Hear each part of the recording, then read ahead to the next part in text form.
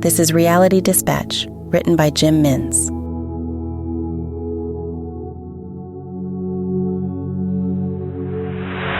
It was a reluctant visit. Always a reluctant visit. The old grouch was never grateful, never coherent. Cynthia wondered if he had any concept of her.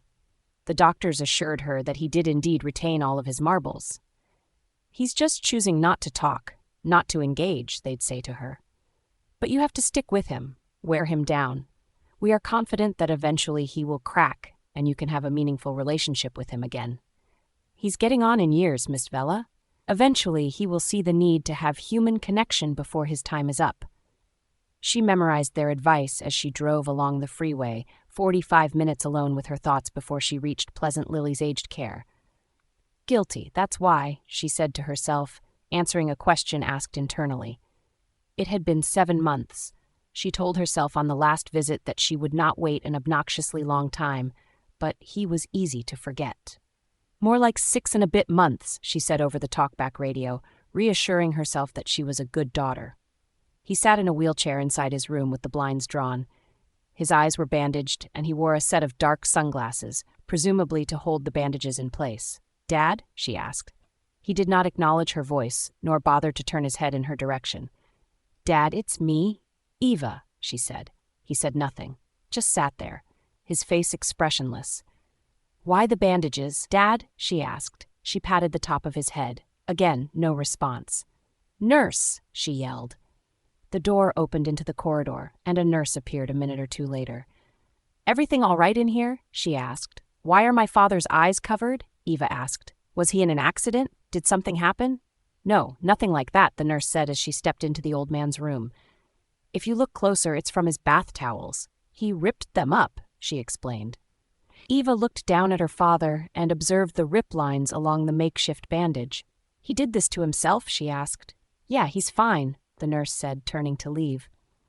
"Why?" Eva asked under her breath. Her dad shifted his head upwards, directing his speech towards her.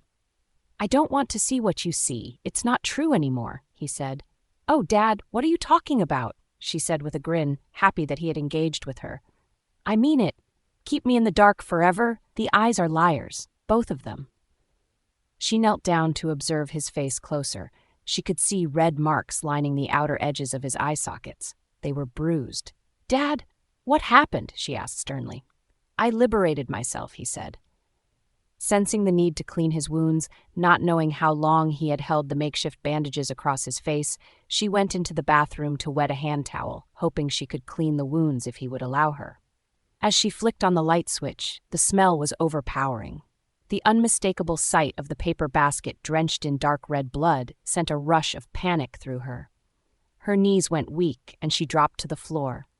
She felt the wind sucked out of her lungs, and her mouth opened widely, anticipating a scream. She held her palm to her mouth. She looked again at the paper basket, its dark red matter having dried some time ago. Whatever had happened to Dad had happened a while ago.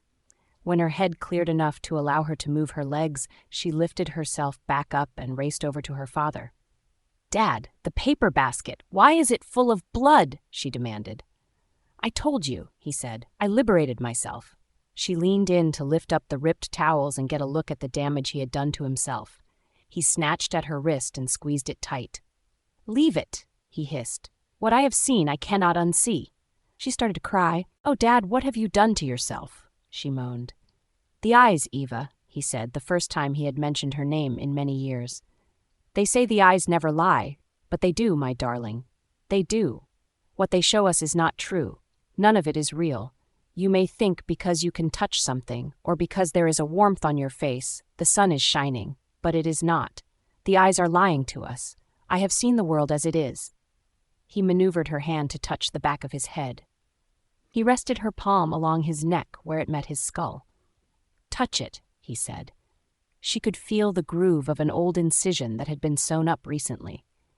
"They stuck something inside me, something directly into my brain, some sort of machine that shows us the world as it exactly is, a real set of eyes. This thing showed me that we are not seeing what is truly out there. The day is not bright. The day is dark and horrible. There are demons all around us. Demons and ghosts of ill intent. They roam around us and hide in plain sight because they know we can't see them. Our eyes are connected to our minds, but they aren't inside our brains. They are lying to us. This machine showed me exactly what the world is like, and I gotta tell you, my darling, it scared the living shit out of me." She wrestled her wrist free, ripping it away from his skull. Her tears were overwhelming her, and she needed to leave. She could not focus on her father. She could not focus on anything. As she reached the door, the drawer to his medical dispenser was left ajar. She leaned over and saw a strange device hiding inside the top drawer. "Leave it alone," her father said. "It will bring you nothing but pain." She lifted the contraption and looked it over in her hand. She sat in her car for the better part of 3 hours, the device resting on the passenger seat opposite. She could not take her eyes off it. It was like a microphone with a long cord hanging from its end, a long, sharpened drill bit with remnants of blood crusting over the pointed tip. At the top, a flat, white, metallic sheet, almost like a handheld, square-shaped torch. She was convinced this was the device that had drawn the psychosis of her father. Anthony always said yes to a dinner date. Usually there was notice. Usually there was a degree of pre-planning. On this occasion, she had made no mention of dinner arrangements, and when he arrived, she had made little effort in appearance. She had been crying and, judging from the stillness of her apartment, had confined herself to a sitting position on her couch as she watched over a device of unknown origin resting on her coffee table. He sat patiently, not asking any questions, as she explained what she believed the device was and what it was capable of. "So what do you want to do with it?" he asked. She shook her head. He leaned over and retrieved it from the coffee table. He fondled the cable at the end of its handle. He jabbed the point with his index finger. "It's quite sharp," he said. "I know." "It's quite long," he said. "I know." "You want me to insert this into your head? Surely we would need a trained professional?" She woke up with a jolt. Anthony awoke with the movement of her body. "You okay?" She looked over at her phone. It read 4:37. The apartment was dark. "I just had the worst nightmare," she said. "What happened?" he asked. She lay her head back down on the pillow, lethargic enough that she might return to sleep. "There was this machine. You were trying." He leaned up on an elbow. "What? You can tell me," he said. "Nothing. I just wish I was still dreaming," she said. "Why?" "Because it would answer a few questions I have," she mumbled. "About what?" She rolled over. "About what happened to Dad," she said.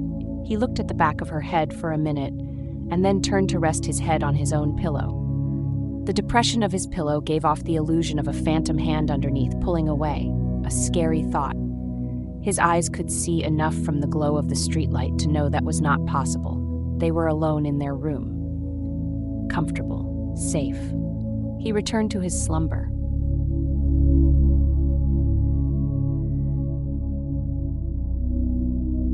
For more stories of fact-based fiction, head to jimmins.substack.com.